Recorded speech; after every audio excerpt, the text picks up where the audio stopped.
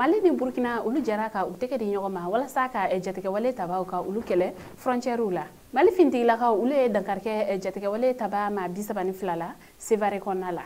menaka konala yendu kudo be no ko tin fadimata finti la ka ulu jatike wale taba ka ulu daga yoro do ci no o senfe matan fla ulu nyana mamnela affaire étrangère ye haye nyini jakulu ba fla ulu u teke di nyogoma ka barabla do ko ni bolodani o beta kle muganna ni nyogonana ambalma ambena ni kibara ne wala wala wi aga bidon kibaru konnala anga kibara ya follow bi obetalike Mali ale ni Burkina uluga tegedi nyokoma barawla wala saka seka jetke wale tabaw kele ogum konnala jumado avrikalo klem gwan kele Mali ale ni Burkina uluko ne uka jenyoga bara do ko ni ndamne ni o baran ko ni bena talike Mali ale ni Burkina frontière la kaseka jatike wale tabaw ka uluko ni kele kawla do naka fako ni bilika jamun ko ni flene ko ako nyamaya ko o ko ni be commandant Abdul Wahab Kulibali kon bulo nunu ko ka la nyini fole kaseka jatike wale tabaw ka ulusina tunu wa o ko fefene dugu munu kon be no ni ayre lendo ka fako jamana ko ni ka la sigi don ko ni ndesel lendo ka sigi o yoronna ni ulere kon te dowere administration fukata se jamana chake ba yorewuma ale ni soroni nyeta ulube sabati yoromna kaseka o yoronunu lakanda duguden ulu koni kaseka uga baraw koni ke anyema komanda Abdul Wahab ale koni ka fala ko ambe wati mina ko sta ko ta fankele konte jatike wale tabawla ko o kama Mali ale ni Burkina ulu koni ke le fleka u tega dilim ke nyogo mani ko jatike wale tabaw u konte na bol yoro soro ko o de kama akoni be anyini aga cedo yera koni fenefe bela jelen koni ka ajilaja wala sa coga na u koni be seka dankar ke jatike wale tabawla kala do naka foko mamunu koni be na bilani ko nyanna ko fintigilaga suya chama koni ba ala ko akoni mada sorasi ulu yera kon fene kelema ko lini la kana baran nu u koni bena boli frontière hakem kon ka ko o koni bunya kon beta kilometre bakile nyogona konna ko wa o yoro mun koni fleni ko jatike wale taba ulu kon be dugoni yoro ne la ka caya ko gani yoro ko fale mun kon fle nu kon bena la sonya ka kishi jatike wale taba ulu koni toroma kibara wara mambolo ka ode sibrido avrikalo klem wan fla Mali finti la ka ule dangarke jatike wale taba ma bisaban flala sevare konnala kibara mun sarama ulu konne ayire ka fo ko jatike wale taba do ko nunu kon kun labeni do cheli kon kama sevare dugu konnala ko ni ma jugu nunu e bol ma fendo ka ulu kon fa mugu jugula ni ka soroka ukunda sevare yi aéroport kon ka ko ga alani Mali finti la ka ulu kon ka chestri ni ko wuli ka joko ni chayama ko konkera ni jatike wale taba mani o sababu ya konna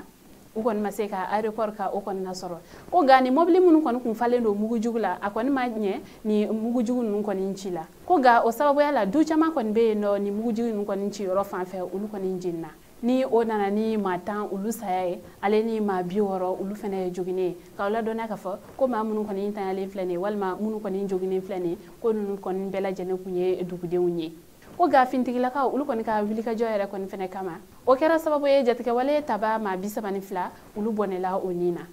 ko mo mun kon be no ni ulu kon intorani gola fukata se munu ulu kon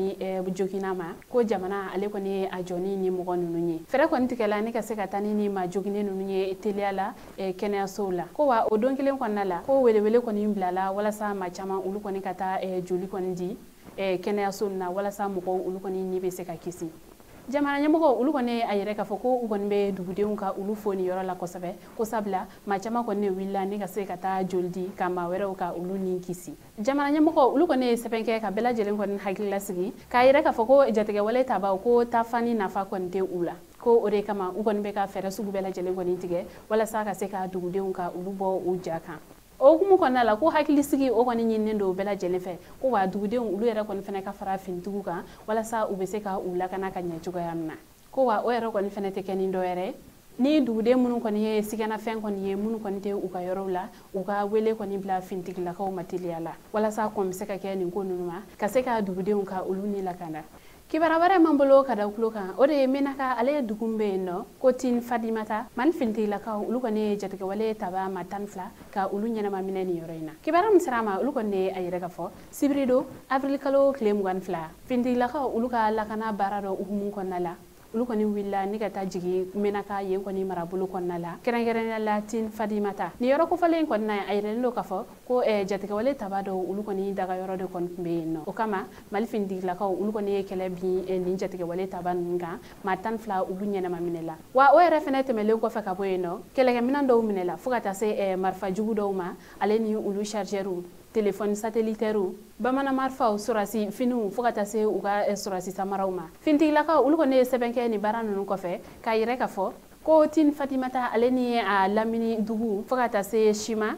ale ni Ingara ale ni yɔrɔ wɛrɛw kɔni ma ko nin yɔrɔ ninnu bɛɛ lajɛlen kɔni lakanalen don nin waati ninnu na sabula ko jatigɛwale tabaw ulu daga yɔrɔ fɛn fɛn kun bɛ nin yɔrɔ ninnu na ko ta kɔni bilala a bɛɛ la u tilala fɛnɛ k'a ɲini dugudenw fɛ ko u kɔni ka finitigilakaw kɔni dɛmɛ ka se ka jatigɛwale tabaw ka ulu kɔni kɛlɛ ka bɔ u cɛla ni a kɔni yirɛlen don ka fɔ o jatigɛwale taba ninnu u kɔni caman bɛ yen nɔ ko u kɔni ye u yɛrɛ ɲagami dugudenw kɔni cɛla ko wa o baara kɔni tɛna se ka ɲɛ fo dugudenw ulu kɔni ka jatigɛwale tabaw ko fɔ ale ni u dɛmɛbaw walasa ni maajugu ninnu u bɛ se ka bɔ u senkɔrɔ ka u ka lakana k'o sabati kunnafoni kuncɛla kibara wɛrɛ m'an bolo ka da kulo kan o de ye affaire étrangère ye hakɛ ɲini jɛkulu ulu kɔni jɛra k'u bolo di ɲɔgɔn ma ni ka baarabila dɔ kɔni boloda ni o kuntagala bɛna taa tile 24 na kibara min sera ma ulu kɔni de a yɛrɛ ka fɔ ko affaire étrangère ale kɔni syndicat ɲɛmaw ni o ye syndicat libre des travailleurs du ministère des affaires étrangères ale ni syndicat des travailleurs du ministère des Maliens établis à l'extérieur nunu kɔni jɛra ka u bolo di ɲɔgɔn ma ko u bɛna baarabilaba dɔ kɔni kɛ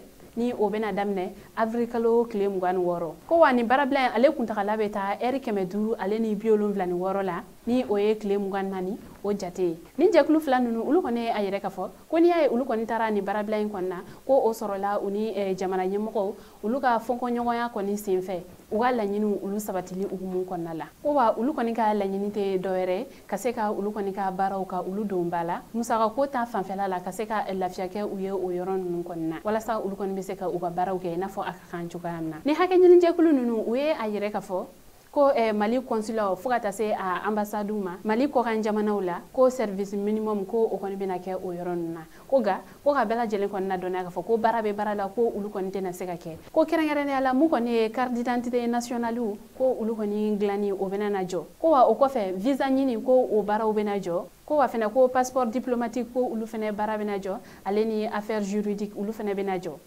ko mun yɛrɛ kɔni fɛnɛ liste électorale ko révision ko o baaraw bɛna jɔ ale ni nina o mise à jour min bɛ ka kɛ ko ulu fɛnɛ baaraw bɛ ka jɔ ninnu kɔni ye ala kumabaw ye nka k'aw ladɔnna k'a fɔ ko baaramisɛnnin caman wɛrɛ kɔni fɛnɛ bɛ yen nɔ minnu kɔni tɛna se ka kɛ nin tile 24 in kɔnɔna la ko wa ulu kɔni tɛna u ka nin baarabila in kɔni jɔ fo ka taa fɔ ko jamana ɲɛmɔgɔw ulu kɔni ye kan jɔlen kɔni fɔ ulu ɲɛna u ka laɲini o sabatili la